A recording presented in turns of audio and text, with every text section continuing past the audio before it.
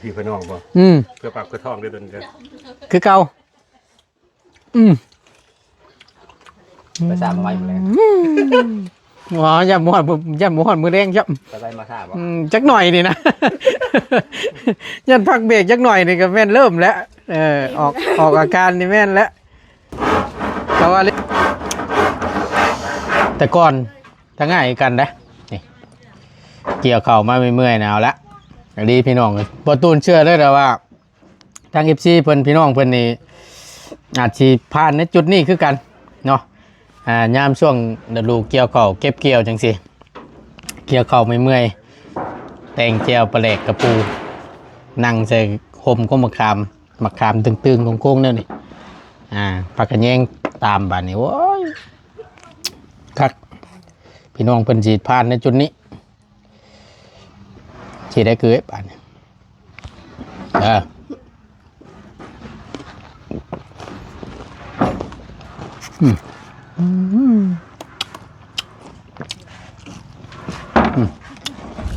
ก็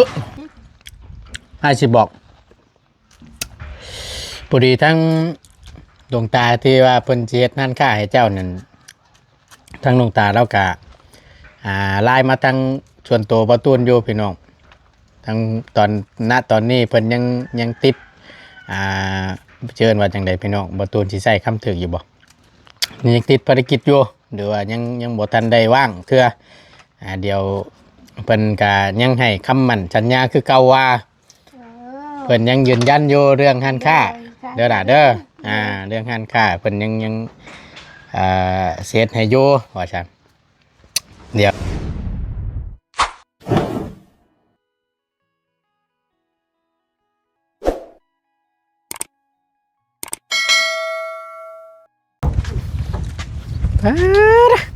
คักกะลีนี่โอ้ยเรามักซ้ำเศร้าอยู่น้อยเนาะยิ้มเบื่ออยู่ตรงไหนว่าFC เพิ่นให้สายยาซ้ำเศร้าอยู่ได้น่ะสายยาน่ะให้อ่านมักซ้ำเศร้าว่าซั่นเอ้ยเนาะเอากราบทักทายสบายดีและสวัสดีกันอีกครั้งนึงเนาะพบเจอกันในคลิปนี้กับพอดีทางน้องกึเตรียมสมมะขามสบายดีล่ะสบายดีอีกครั้งมาสู่ทั้งไอ้สร้างเพิ่นกินว่าซั่นเนาะมาเด้อเด้อบัดนี้แหละเนาะขึ้นไปมุงหลังคาผัดนั้นมันว่าเวลาเจ็บท้องจะได้เที่ยวลงมาแต่หลังคาน่ะบ่สิบ่แล้วซะแล้วเนาะกินก้อนฉันระดับแรกกินก้อนสบายดีข้อแม่สบายดีลองดูหันลองเบิ่งเป็นเท่าใดสบายดีให้หมวกไปตกนั่นล่ะใช้มีดก็มาให้เพิ่นแน่เอามีดมาก่อนมาเม็ดตุจะแซ่บเนาะโอ้ผักงามเนาะมะขามชมดองนี่น้องเกินบ่คือลองเป็นบ่นะลองเป็นอยู่บ่บ่จักลองมะขามตายไม่ต้องถามไม่ตู้นี่สมัยไม่ตู้นี่ต้องผ่านแหละตู้ลองมะขาม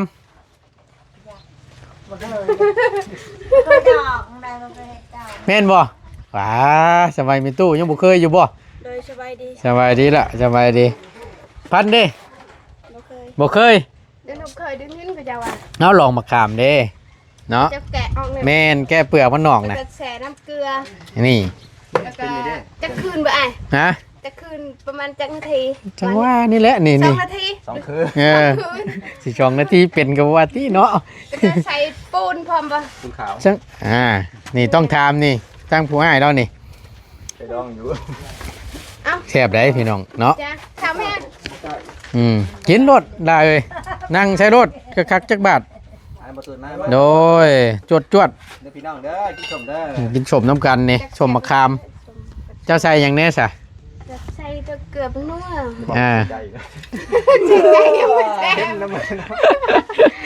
เอ้ยเนาะ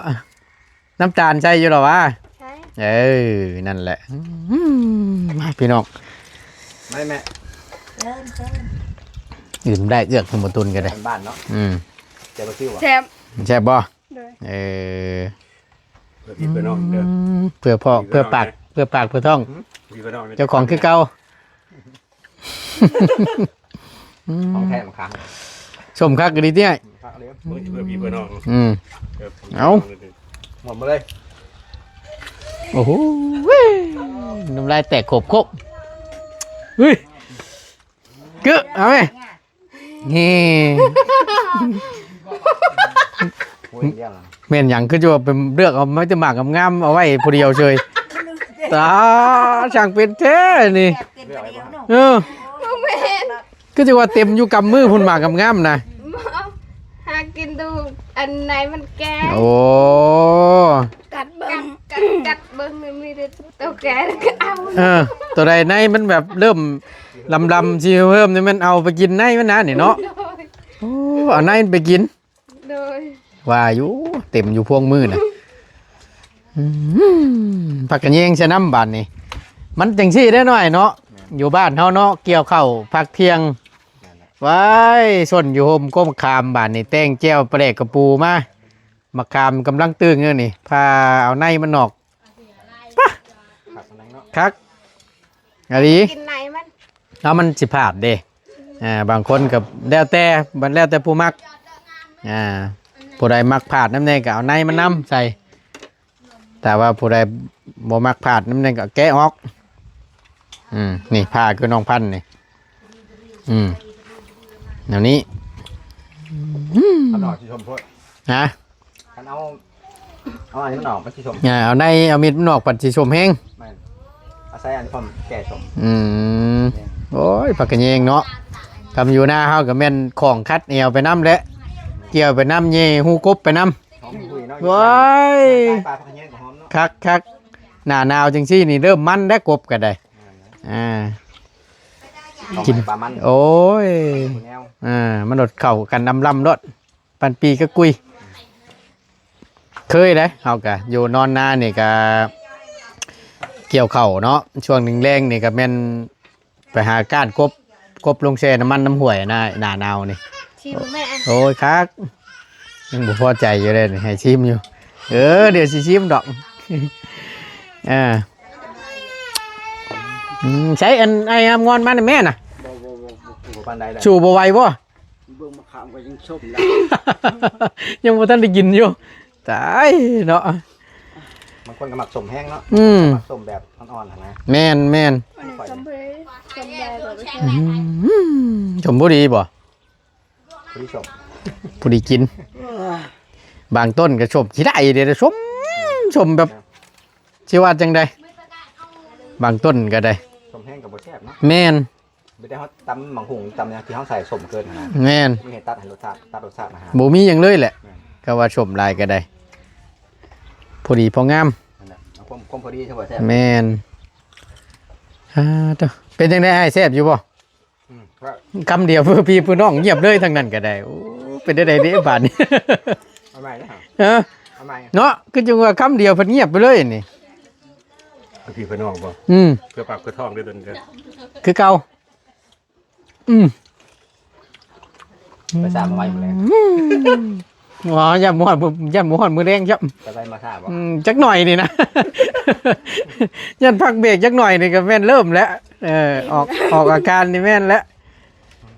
เขาว่าเล่นรุดครั้งหนึงแล้วนี่ป้าโธ่บ่อยากสิเว้าพี่น้อง ตามมาดอกสอง ตามมาโลดรอบสองรอบสามหากแต่กะยามันดอกว่าดอกความแซ่บว่าซั่นซะนี่นานๆทีนี่ แกว่ยอจ้าดื้อ เนาะคือมั่นใจสีมืออยู่หรอวะ บ่มั่นใจ บ่มั่นใจป้าต้องมีความมั่นใจแล้วเนาะเห็นว่าก็ได้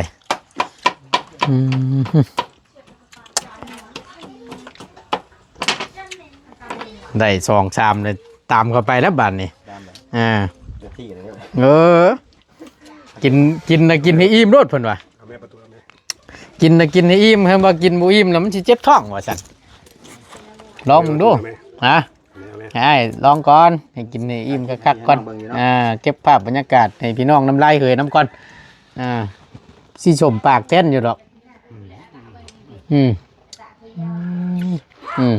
ทำยังไงไม่เป็นสมองทำยังไงเนาะ เนาะ มันผู้แต่งนี่คือสิบ่ปานใดนะเบิ่ง ว่าจังคักเลยนะนี่กินหลายคนมันจังแซ่บเนาะกินชมนี่ กินเบียร์พ่อไปเลย โว้ย กำลังละลายคนขึ้นแห้งแซ่บเขา แม่นเจ้ากินก่อยกินน่ะมัน ตุ่มนุ่มตุ่มโพมกันเด้นั่งใส่คุยไปน้ำกินไปน้ำโอ้ยคักเสียรายปีนี้ไอ้บ่ได้กินมะข้อซัก บ่มีบ่ มันบ่เห็นได้กว่าสิว่านี่ ปีบ่เป็นกับบ่เป็นได้มันบ่ได้ปีกับ แม่นเป็นบางต้นว่าซั่นซะ นั่นล่ะ คือว่าสิหาไม่กินชุดนั้นก็มิดชะม้อยปั่นปลาเย็นน้องต้มเดี๋ยวนี้เท่าคู่มือนี่จนเบิดมะข้อ ทางแม่เพิ่นได้มาคอยจัน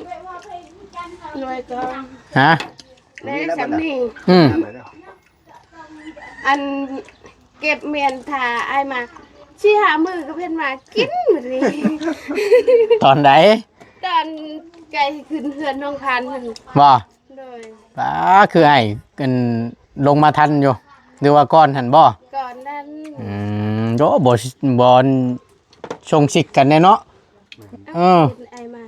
ชงชิกกันนี่เห็นว่ากะ ถามแม่เพิ่นว่าเก็บเมียนให้ แล้วเราเอามาแต่ไสน่ะ เรามาแต่เก็บผักได้ทุกดอกเด้ เอาเราไปพ่อต้นมันอยู่ไสน่ะเนาะ อยู่ดงพุ่น บ่ ข้าวหวานบ่ ข้อหวานหมดละ หวาน หวานบ่โอ้กินกับข้าวก็ได้เฮาน่ะดีได้ แต่หายาก แต่ว่าหายากคือว่าหั่นแหละ เก็บเมียนประมาณ2-3มื้อเฮ็ดให้ทางน้องเพิ่นกิน เรียบร้อย หมด เนาะบวกกับเจ้าของอยากน้ำเลยนะนี่ ไป ตัวได้กินอยู่บ่ กินเด้อบ่มักปานใด หมูมักปันใด กินแต่อันนั้นมันซื่อ เออ ๆบ่กินไหนมัน เออ ตึมกินแต่ก็จะอื่นอหยังก็ กระนวลมันบ่ บ่ ฮะ ก็นั้นชมบ่กิน กินกาบมันโอ้ยเนาะไอ้กินกาบมันก็บ่ยากเท่านั้นแล้วบ่ได้ยากเลยพี่น้องเอ้ยมาบาทนี้บ่ต้นสิชิมมันก่อนจักบาทสมปากน้ำเด้ อันนั้นเห็นใครเบิ่งเขากินสมเนี่ย บ่มักแต่ยังอยากนะ ได้ดีได้เงินว่าวดอกทั้งสมเด้ แต่พวกนี้ขอใช้หน่อย พอได้พักกันแย่งตัดหมดเอาคือสีบละบาทนี่ใส่คนละเบิดไปหลายหมากเติบตั้งไงอันบุญมีก็ได้ ข้าวขึ้นเบี้ยงไง ม นั่งเครื่องยังเบี้ยงมาแล้ว จวดทั้งนั้นน้ำเลยเนาะ แต่บุคคลที่กินคนเดียวเนี่ย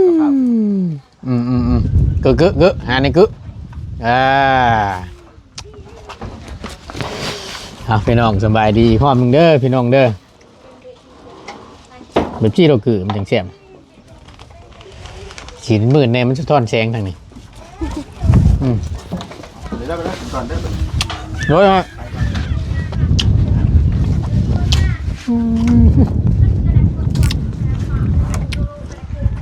มันจากพาร์ทอะไรวะ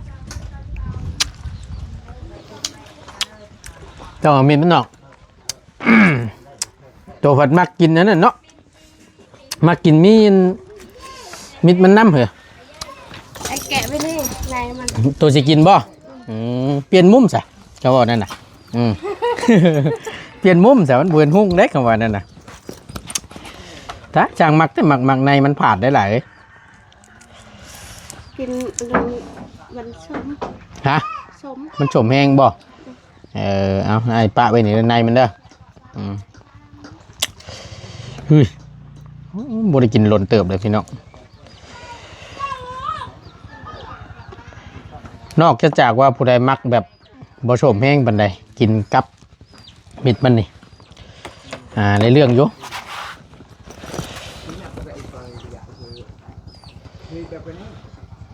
เอาชีได้คือไอ้บัดเพื่อพี่เพื่อน้อง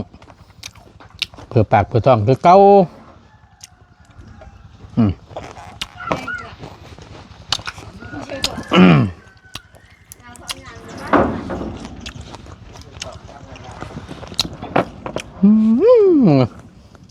เนาะ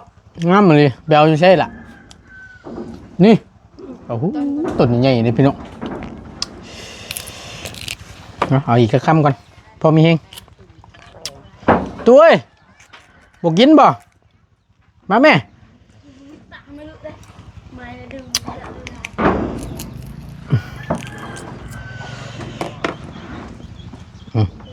แกะ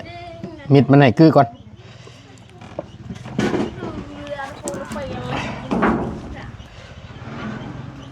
อยากเข้มเกลือ มันจะใส่เกลือ มันจะเข้มหน่อยนึง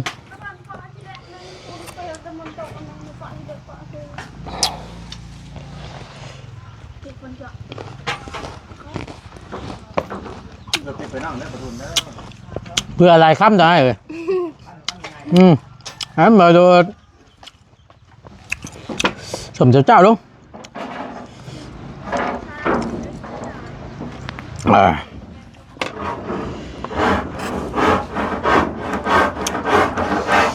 แต่ก่อนถ้าง่ายกันนะนี่เกี่ยวเข่ามาเมื่อยๆนะเอาละดีพี่น้องพอตูนเชื่อเลยแต่ว่า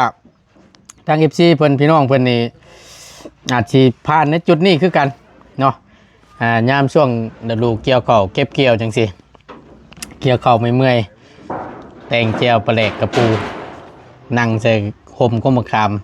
ามตึงๆโค้งๆนั่นนี่ผักกระแยงตามบ้านนี่โอ้ย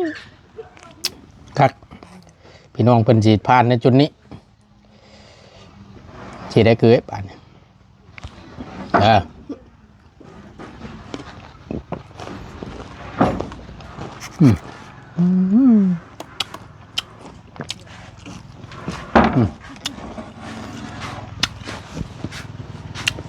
พอแล้วล่ะนะ หัวยังบอมแซ่บอยู่กินไหม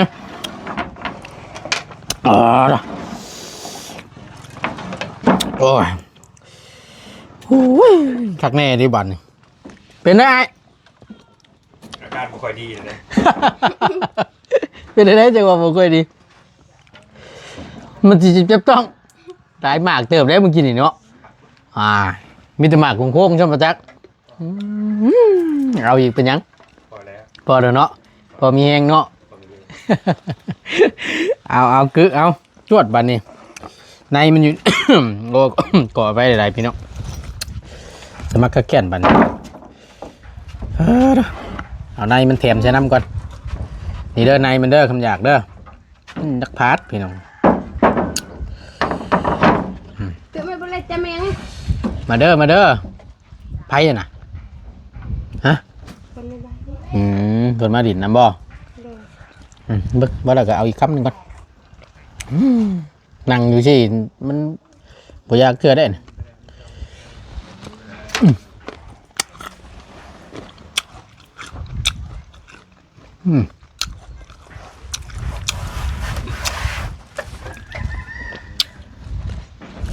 ก็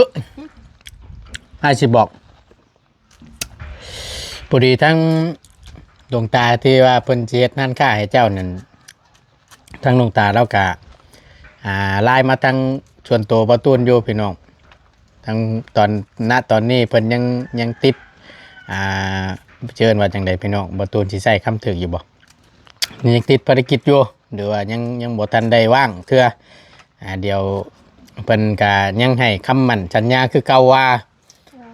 เพิ่นยังยืนยันอยู่เรื่องหันค่าเด้อล่ะเด้อเรื่องหันค่าเพิ่นยังเซตให้อยู่ว่าซั่นเดี๋ยวเพิ่นแล้วอันเวียกของเพิ่นก่อนเห็นนี่เพิ่นไลน์มาหาทั้งบ่ตูนนี่แหละพี่น้องก็ได้ล้มน้ำอยู่เนาะมื้อเช้านี่คนดีใจเลยคนดีใจเลยนับมือแล้วเนาะเพราะว่าเครื่องมันก็ได้ครบไปเด้เครื่องปรุงเครื่องปั่นก็ได้กระทังกระทิงก็ได้เด้กระทังใส่น้ำก้อนเนาะจัดแจงมาไว้ให้เป็นทีเรียบร้อยแล้วถือว่ามีแต่ว่าห่านเท่ากับแมันสั่งแล้วเมื่อใดแมันพร้อมลงมือด้วยนะสิว่าแล้วก็ได้คักพี่น้องเลยแซ่บคือขอบใจหลายๆล่ะแตงแก้วชูทั้งไอ้กินทั้งไอ้ช่างกินน้ำ ถือว่ากินยามช่วงเที่ยงๆนี่ก็คักเด้เก้าอี้นั่งใส่เพิ่นโดดบานนี่เนาะตัวเริ่มคือจังว่าอาการบ่ค่อยดีเด้อเอ้ยบาดนี้ เป็นจังได๋ ฮะ เป็นจังได๋ เป็นอะไรบ่ เนาะ มันเริ่มสิจิบเจ็บท้องอ่ะได้ เป็นน้ำกินหน่อยบ่เนาะ ไอ้ก็บ่กินให้หมดเด้อหนูค่ะมันจังมากินให้หมดแล้วก็บ่กินน้ำใช่ ตัวเคยใช้บ่สูตรนี่ ฮะ โอ้ งาน อันนี้ก็จะว่าได้ กินหลายบ่เจ็บท้อง ก็บ่กิน น้ำก็บ่กินตัวแม่นบ่เอ้ยให้กินเบิดนี่ให้ว่าบ่ได้เหตุการณ์เหตุงานดอกไงวะ สิเที่ยวเข้าแต่ห้องน้ำมาแล้วเว้าขอโทษนำพี่น้องเนาะเอ้าดีได้นี่ชมนี่นะเด็กกระถังเพิ่นก็ได้พี่น้องถือว่าได้มาเป็นทีเรียบร้อยแล้ว นี่ก็โอ้น้ำก้อนใจนี่เต็มทางนี่ก็ได้เติบ ได้2 บาท ช่องชอบน่าสิได้อยู่เท่าไรนี่ล่ะ น้องบ่เจอทางลงคนดอก ประมาณเดือน5 ฮะ ปลายบ่ บ่ เดือน นี่พี่น้อง ประมาณ